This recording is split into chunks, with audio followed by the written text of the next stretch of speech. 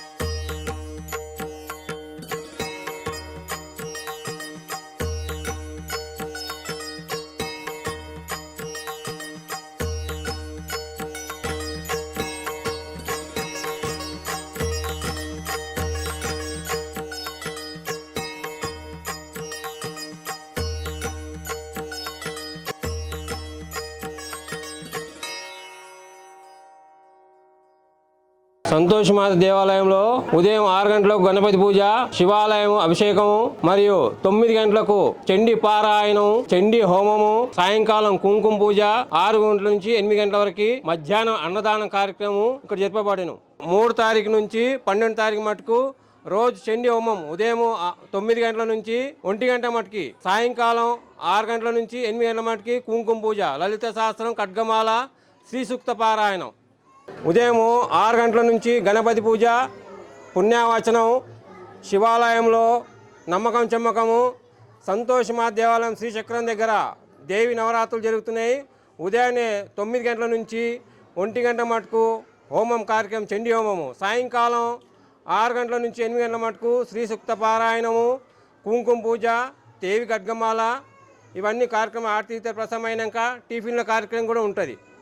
శుక్రవారం 16 వారాలు ఎవరైతే కోరికలు నెరవేరేదో వాళ్ళు ఉద్యోగాలు కానీ, ఆరోగ్య సమస్యలు కానీ, పెళ్లి కాని వాళ్ళు కానీ, ఎలాంటి సమస్యలు ఉన్నా 16 వారాలు చేసుకుంటే కోరికలు తీరుతాయి. ఇక్కడ ఉదయం 6 గంటల నుంచి అభిషేకాలు, 5 గంటల నుంచి అభిషేకాలు జరుగుతాయి.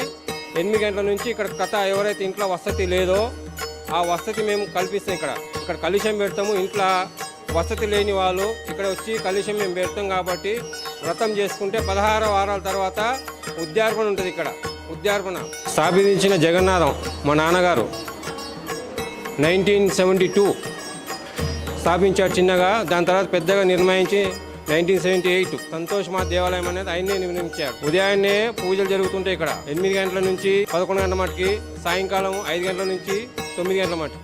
నేను గుడికి రాబట్టి 30 సంవత్సరాలు అయింది. ప్రతి శుక్రవారం ఒక పొద్దు ఉంటాను.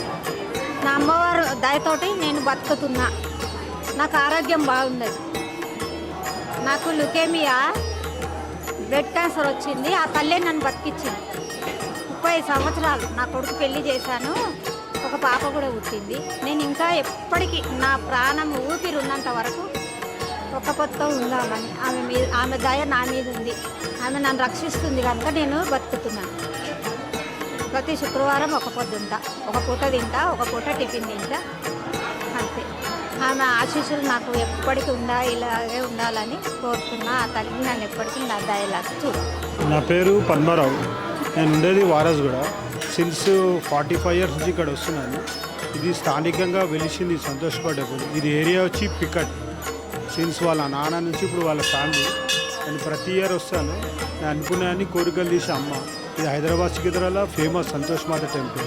ఈ చుట్టుప్రక్కల కూడా చాలా ఫేమస్ టెంపుల్. ఇది చాలా చిన్నగా ఉన్నప్పటి నుంచి వస్తున్నాను. ఇప్పుడు చాలా డెవలప్ అయింది ఈ టెంపుల్కి అమ్మ. నేను 40 ఇయర్స్ నుంచి వస్తున్నానమ్మా.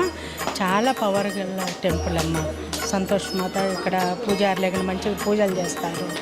అంటే ఇక చెప్పలేను అంత పవర్ కల్లా టెంపుల్. చాలా బాగుంటుంది ఇక్కడ. ఎన్ని సంవత్సరాల నుంచి వస్తున్నారు అంటే టెంపుల్? 40 ఇయర్స్ నుంచి వస్తున్నానమ్మా. ఎక్కడ సైనిక్పూర్ నుంచి వస్తాను నేను. అంటే మంచి పవర్ గల టెంపుల్ సంతోష్ మాత టెంపుల్. నా పేరు గణేష్ చారి అండి.